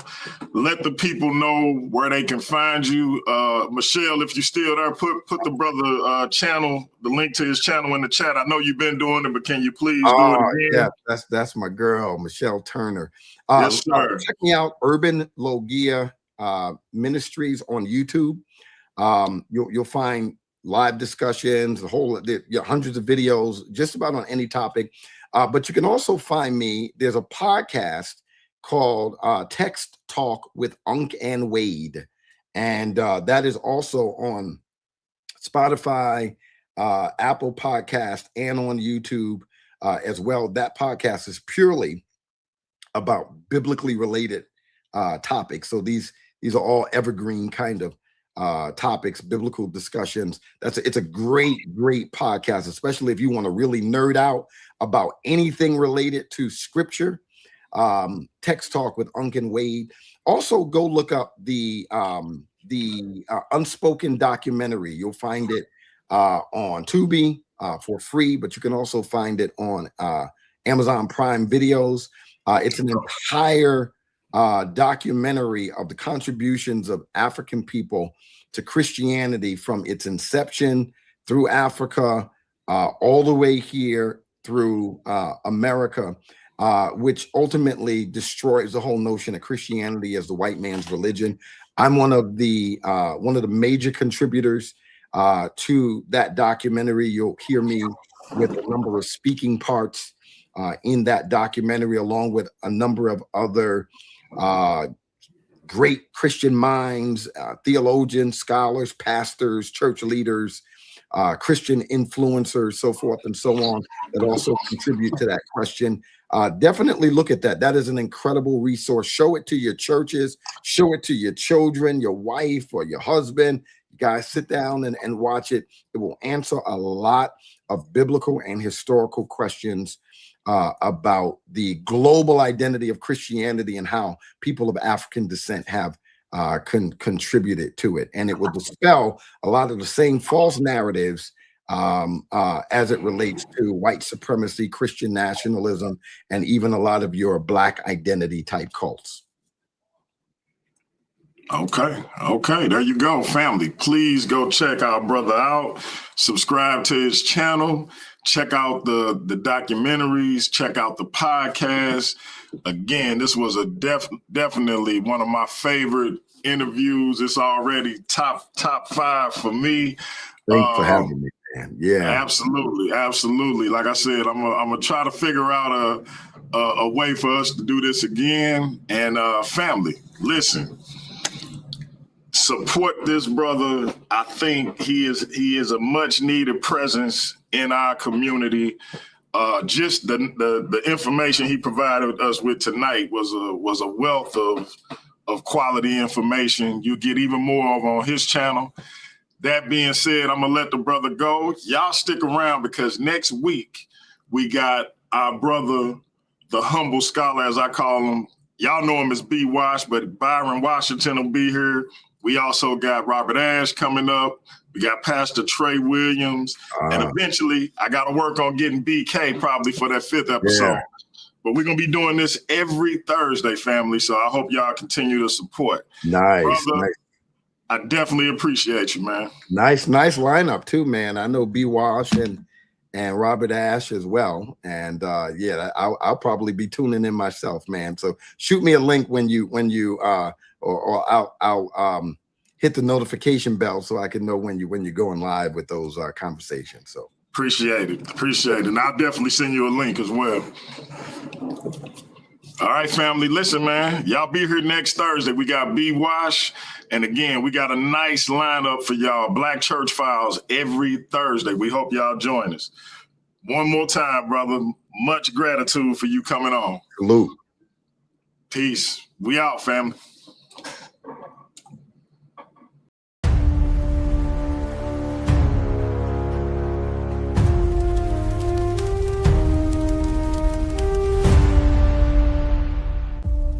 You are watching Paradigm Shift TV.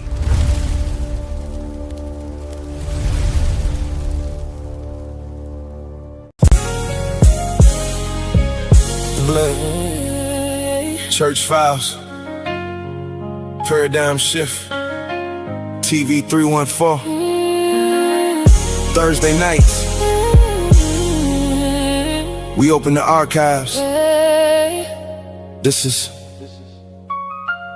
the Black Church Files. Where faith meets fact. The Black Church Files. Stories buried deep beneath the trials. From slave ships to the pulpits and the aisles. Still standing through the hatred and denials. The Black Church Files. Where faith meets back through every trial. Truth revealed when deception goes wild. Every Thursday, we reveal the files. Yeah. From the cotton fields to the choir stands. Bible in the soul, scars on their hands. They try to break us, erase our names.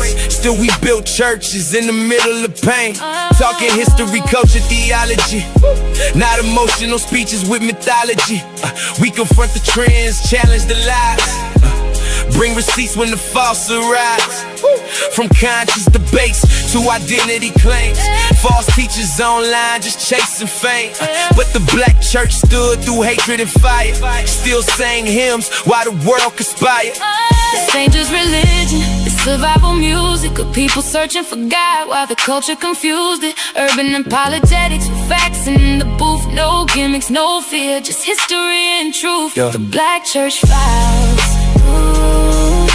Stories buried deep beneath the trials. From slave ships to the pulpits and the aisles. Still standing through the hatred and denial. The Black Church Files. Where faith meets fact through every trial. Truth revealed when deception goes wild. Every Thursday, we reveal the files. From storefront churches to mega church lights, we discuss the wrongs and defend the rights. Mental health, politics, racism too. What affects the Black church, we speak on it true. No sugarcoating, no performative rage. Just scholarship mixed with the spirit and stage. Breaking down movements, doctrines and myths with historical context they can't dismiss. This for the doubters and wounded souls.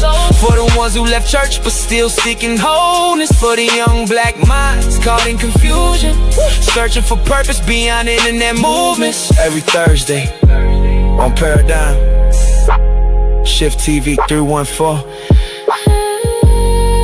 Historical truth, cultural conversations, urban apologetics. The Black Church Files. Where faith meets fact.